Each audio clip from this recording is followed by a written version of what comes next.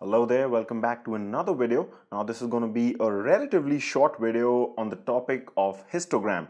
So if you just go right on top here, you'll find the first module is usually histogram. So just click on it, and what you find is you'll find this kind of a graph looking like thing just come up. And what the histogram is, since you're already into photography, sometimes you must have seen this histogram right when you're shooting, right on the LCD screen of your camera. So we're just going to be talking about this, and I won't say it's the most important thing in Lightroom, but you should just know just some important functionality of this tool. All right, so I've got this image which I had taken a couple of years back when I was doing a shoot, like an interior shoot for a cafe, and you can see that this is kind of slightly underexposed.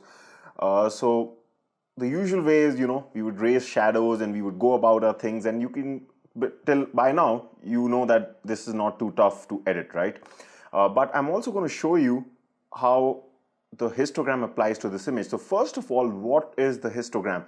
Now, the histogram is actually a graphical representation of the tonal values in your image, which just means that it is showing you what the different tones are and how they are structured in your shot, which basically means when I say tones, we're basically talking about the brightness levels. So this histogram is kind of telling you about the brightness levels of your shot. So let's see how it goes like. So you can see when I hover my mouse here, right on the histogram, what you'll find is that this first section is blacks. Remember we talked about blacks here? So the blacks are the darkest tones, like almost reaching towards black.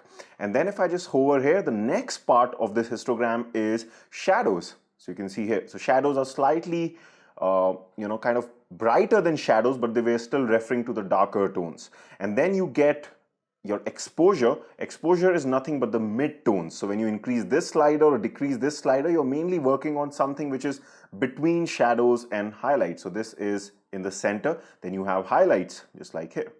And then you have whites. Whites are the absolute brightest things in your shot.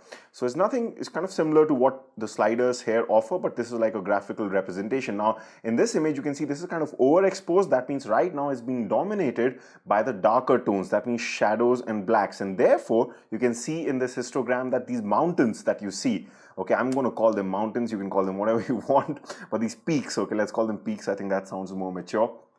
They're all tilted or heavily kind of tilted towards the left side where the shadows and blacks are there. That's because this is a darker image.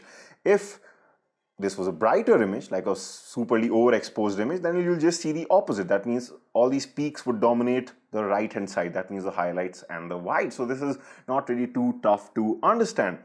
Right, and so what you can do is, of course, if you were to just go about our normal editing, we can just increase the shadows and we can start working on this image, but you can also do that from here.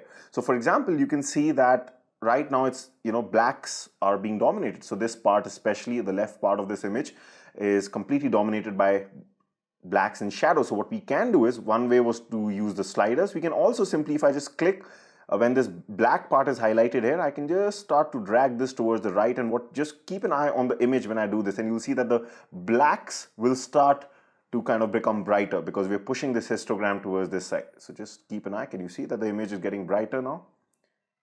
And then I can do the same thing with shadows. We need to increase our shadows. And just keep an eye also on here. When I'm doing this, Lightroom is actually moving around all these sliders, which it thinks it has to move around for this adjustment to take place. So it's like, kind of making Lightroom move the sliders, and we're just moving this one thing, and it's kind of figuring out what to move. But mainly, for example, when I change the shadows, you're mainly going to be finding that it's going to change the shadow slider. So you can see here, if I drag it back, increase it, drag it back, increase it. Same thing with blacks, drag it back, increase. So can you see that it's actually moving that slider? So just another way of doing it. I usually prefer the slider way. I kind of feel more in control than by doing it from here.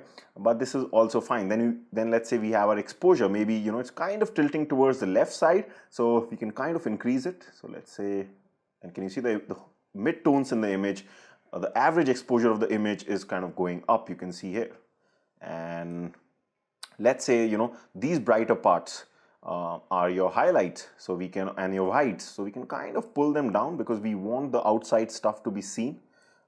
So just like this maybe, And you can see this starts to look, maybe I'll just push the blacks and the shadows slightly toward this side, recover more from those darker areas.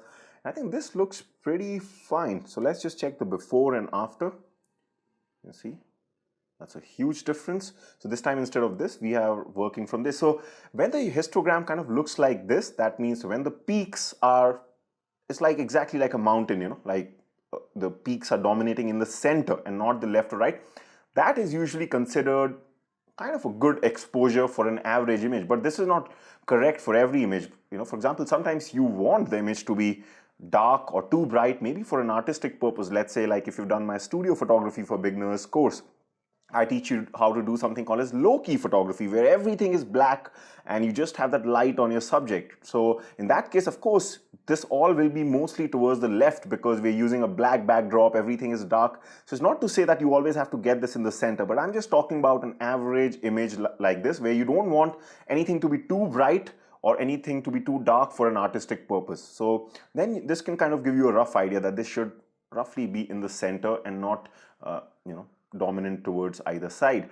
Now, one very important thing that this histogram is very useful for is that it can help you in situations where you are losing some details because of overexposure or underexposure. So let me show you what that means. And this can be pretty hard to make out by naked eye.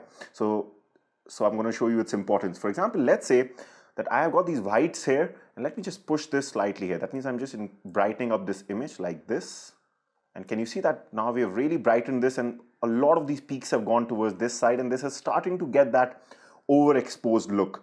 Now, one very important feature that this histogram offers is this this like an arrow icon that you can see, which says show highlight clipping. Now, when I just hover my mouse over this icon, what you'll find is I can click on it also, and then it will just stay. But when I do this, just see what happens to the very bright parts in the image. Lightroom is showing them as red. Can you see here? If I just click on it, they stay red. And what these red areas are trying to tell you is that these highlights are clipped. That means highlight clipping. So when we say highlights are clipped, that means these areas, the ones which are represented by these red things, are so bright that there's virtually no detail there. That means, you know, if I just uncheck this, these areas where the red things were there is completely white. So if you were to take a printout, for example, let's say of this image, you'll just see white pixels. That's it. There's no detail from the image there. So you've lost that detail. And this is where that histogram is very, very important because, you know, of course, in this case, it was obvious. But let's say if I slightly pull it here, sometimes it's not too obvious, like you can see now. You know, this kind of looks fine to the eye. So you might say, okay, let's go and take a printout of this image. But if you haven't checked this, you can see that we are losing detail in a lot of places where we would not want to lose detail, all those red areas. So I can, before, you know, finalizing this image, I can see this and then I can just push my highlights slightly down. Right now also you can see we have some, so I'm just going to do it slightly more. And right now just tiny bit, so maybe I can just move my white slightly more. And you can see now we don't have any of those loss of detail. The same thing can be applied for shadows or the darker parts also. So for example, if I was to pull these blacks here and make this image really underexposed, then if I go to this icon and if I just click on this, you can see these blue areas this time represent the shadow clipping. All right, so you can see shadow clipping. That means this time we are losing detail, but not because of overexposure, but because of underexposure in these parts. So these things are just basically black pixels. That's it. You have no detail there. You lost because of underexposure. So again, I can just move this till there's no blue there.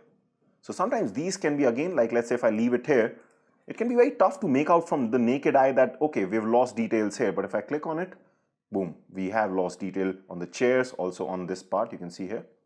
So we can just make sure that we are saving all those details. Just check once again. I think that's fine. Maybe I'll just increase the exposure a bit. Again, check for any loss of detail. Maybe just very slight loss of detail here. So I'm just going to pull these back and that is gone. Just check my shadows. I think this is fine. So you can see that now I can be 100% sure that I'm not losing any detail in the image. Can you see? Just by hovering over these, there's no blue clipping, or is there? Let me just see. No, there is no clipping here. Yeah, and this is fine. So let's check the before and after. Right, and I think that is a huge change. We also know that we've got a good exposure where we're not losing any detail. We can confirm that.